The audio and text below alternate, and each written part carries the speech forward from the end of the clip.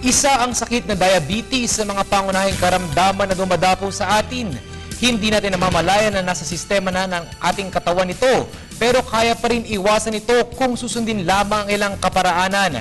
Ang buong ulat ihatid sa atin ni Jackie Sai. Naitala na 12 milyong Pilipino ang nasuring may diabetes maliban pa sa mga hindi pa nadadiagnose. Ito ay ayon sa inilabas na bagong datos ng National Food Research Institute.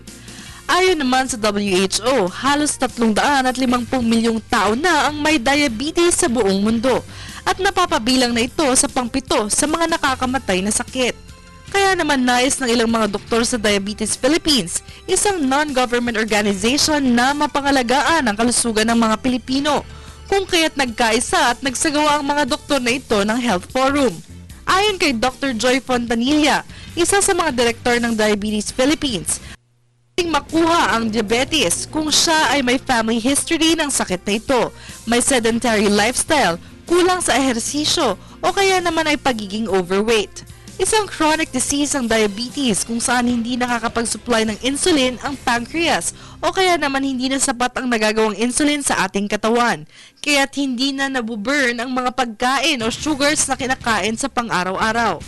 Ang diabetes ay nagreresulta ng hyperglycemia o pagkakaroon ng mataas na sugar o hypoglycemia naman pag nagkakaroon ng mababang sugar sa katawan.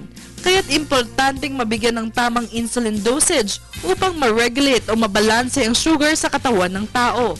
Napapabilang sa mga maaring magkaroon ng diabetes ang mga may hypertension, mga nakaranas na ng stroke, heart attack at schizophrenia. Ayon naman kay DP Treasurer Dr. Agnes Cruz, dapat alalahanin ng mga tao ang pagkokontrol ng blood sugar levels upang mapababa ang hemoglobin A1C o sukat ng blood pressure.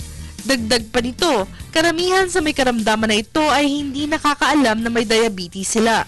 Ilan sa mga senyales ng diabetes ay ang madalas na pag-ihi, sobrang pagkauhaw, madalas na pagkagutom, pagbabawas timbang, mabilis mapagod kasabay ng mababang enerhiya, kawalan ng interes at konsentrasyon, pagsusuka at pananakit ng tiyan na minsang pinagkakamalang sipon o paglabo ng paningin. Kung hindi maaagapan ang sakit na ito, maaaring magdulot ng pagkabulag, heart attack, kidney failure at pagkaputol ng parte ng katawan na may sugat na hindi gumagaling.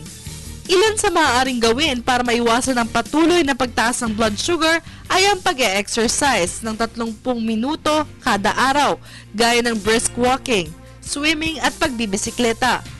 Para naman mapanatili ang lakas ng immune system, iwasan ang paninigarilyo, kumain ng sapat at tama, mag-ehersisyo, bantayan ng timbang at iwasan ng stress sa pamamagitan ng pagpapahinga at pagre-relax.